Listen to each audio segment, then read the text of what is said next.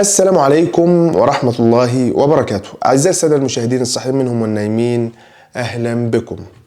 هنتكلم اليوم عن أخت كندية أسلمت، وهسمعكم قصة إسلامها العجيبة. ولكن قبل ما ندخل للحلقة وتفاصيلها، ما تنساش لو أنت مش مشترك في القناة تشترك في القناة وتفعل الجرس ليأتيكم منا كل جديد، وما تنساش تدعمنا بلايك أو ديسلايك، مفيش مشكلة. وأهم حاجة سيب لها تعليق، ولو تقدر تدعم وترعى محتوى القناة على بتريون، الرابط أسفل الفيديو. كن شاكر ليك. نبدأ على بركة الله. أفضل من وجدته يحسن الرد على موضوع حقوق المرأة في الإسلام هن النساء الغربيات اللواتي أسلمن، لأنهن يذكرن أمورا نفسية لا يمكن بالنظر والملاحظة أن تعرفها. الصحفية الإنجليزية إيفون برادلي التي اعتقلتها طالبان ثم أطلقت سراحها ثم أسلمت بعد ذلك، ذكرت أن من مميزات الحجاب أنه أنقذها من التقييم. فالمرأة في أوروبا دائما ما تتعرض للتقييم في مكياجها وملابسها وتسريحة شعرها إلى آخره، فهي تحمل عبء كبير من أجل تجنب الانتقاد. فهذه الأمور يجب أن ترتدي أفضل ملابس بأفضل مكياج بأفضل تسريحة بأفضل عطر وهكذا، حتى لا تشعر بألم الانتقادات والتقييم والمقارنة. هذا ما قالته إيفون برادلي. كيف كان يمكن لي أن أعرف هذه النقطة بمفردي وبالنظر العقلي المجرد؟ مثل هذه المسألة المهمة ما كان سيخبرنا بها إلا من عايشها بنفسه. ونفس الشيء مسألة الطلاق في الإسلام. من أفضل من يدافع عن هذه المسألة هم النصارى الذين رفعوا قضايا أمام المحكمة للتطليق من أزواجهن أو زوجاتهن. هم من سيخبرونك بمساوئ من طلق امرأته إلا لعلة الزنا فإنه يزن.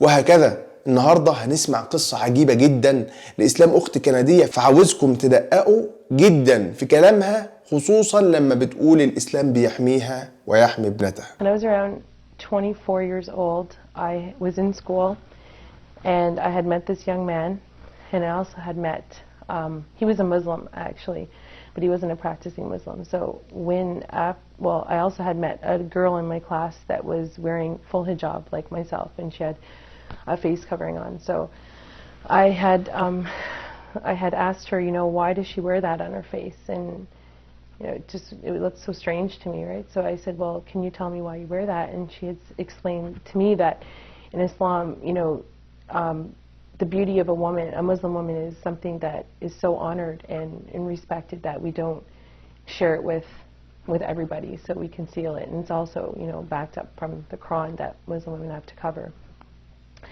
So I thought that was interesting. So then I said, okay, fine. I left it, and I had a relationship with this man at school. He was like a boyfriend. So I had later, I also had another friend. I'm not going to mention his name, but he was an Arab and he was Christian. And he thought, I guess at the time, that I was going to convert to Islam because I had this boyfriend. And even though I had no interest really about Islam, right? So he actually prompted me to learn about Islam, because he used to bring, he used to work at this gas station close to my neighborhood, and he used to bring me information protesting, going completely against Islam, saying that Muslim women are, I guess I should be honest and say exactly what he said, that are whores, and that they're allowed to have more than one man, right? And this is actually coming from the Quran, he said. So I said, I said to this guy, I'm like, I really don't think that's true. I said, because my reference point back to the girl at school, I said, this doesn't make any sense, right? And I said, why would she cover if she was promiscuous? So I said, well, I don't know about that. So I said, and I guess in his mind, he was trying to get me away from, converting, because he thought, because of this Muslim boyfriend, he was going to marry me. Or it was like he was in a panic, telling me, bringing literature to me. He would bring literature to my mother at the store and pass it up to my mother. So I said, I don't even want to read this. I said, I'm not interested in anything about this. So anyway, I just said, I got fed up, and that made me interested. So I decided to go to the mosque and find out about what Islam was. And to be honest, I didn't really find out too much from there. And I thought, from what I did learn, that he was wrong. There was nothing in the Quran that stated that Muslim women are allowed to be promiscuous in any way. So I thought my journey ended. But it didn't. It actually just begun from there. So I went back, and I later found out that, I was pregnant for the Muslim guy at school. and but he left me. So I was now 5 months pregnant, and I was on the subway going to this new school. And from there, I looked up. I was sitting on the subway, and I looked up, and I saw Salia, the girl that I had met with the full hijab at school, before. And I'm like, oh, I said, hi, how are you? And she's like, fine. And I said, where are you going? And she's like, well, I'm going to this new... We became very good friends. And I learned a lot about Islam from her. And it was never, you know, I wasn't really, like, before going to the masjid or the mosque and inquiring for myself. You know, Islam just came to me now. And, you know, I became friends with her and a few other girls at school. And she would often invite me, you know, to her house. And I learned so much about Islam, you know, the character of a Muslim, and, you know, and also I found what found very interesting was that she actually memorized the Quran, which was like, to me, just a book at the time, and it was like word for word, she memorized it, and I was like, wow, this is amazing. So I wanted to know, like, what was in this book? You know, what was so amazing about a book that someone would memorize word for word?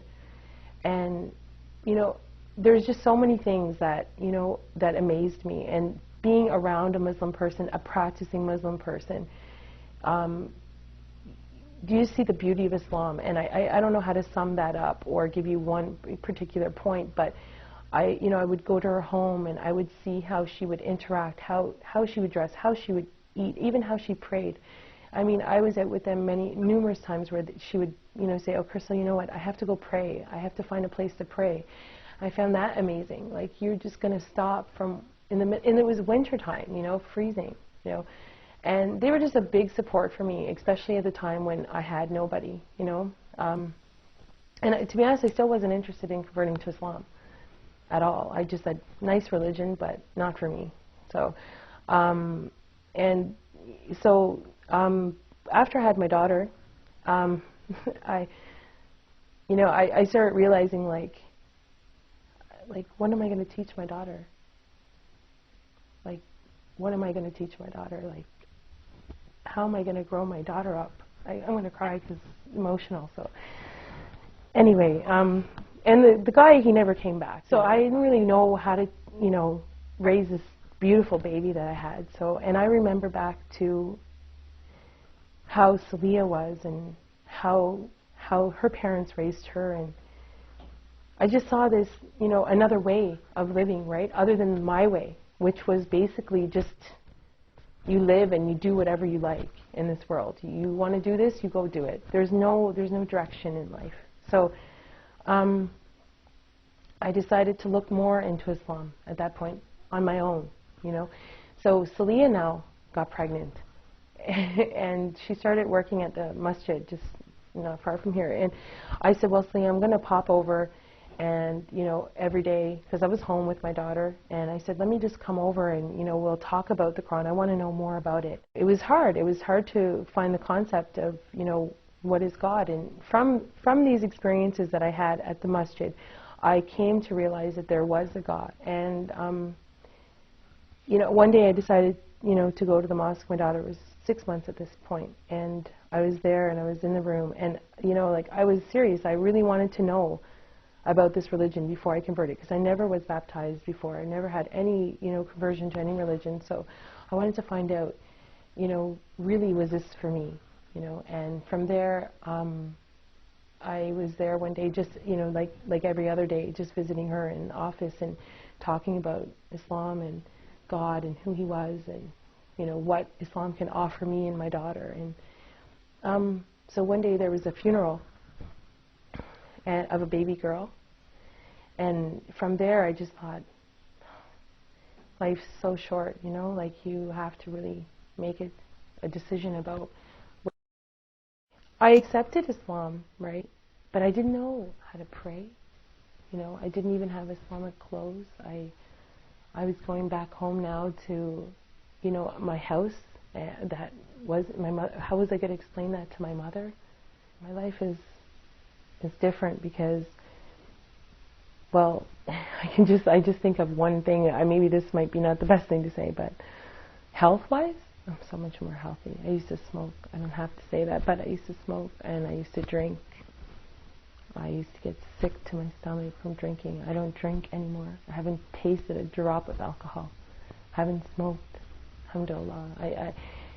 It's just, you know how many times I tried to quit smoking? I smoked for like 11 years, 11 years. And I tried and I tried and tried and tried. I am a successful non-smoker right now. And I just owe that to God, because there's no way I could have done it. Like, especially, you know, with the support of the type of people I'm around, you know. It's your environment, you know. My environment is so much more healthy. I have direction in my life. I have more spirituality in my life. Like, I feel that I know why I'm here, you know. Like, I wake up in the morning and it makes sense. Like, I actually know why I'm here on earth. Before, it's like you're just here and you're like, what are you doing here? I used to have conversations with my friends, my non-Muslim friends, and say, we would come up with ideas why we're here, but now I know. That gives you direction. That gives you a lot of confidence, right? That you're not alone. And so I'm better spiritually, mentally, emotionally. My daughter, you know, I see a future that is with God in her life, not like how I grew up. And that entails many, many positive things, you know.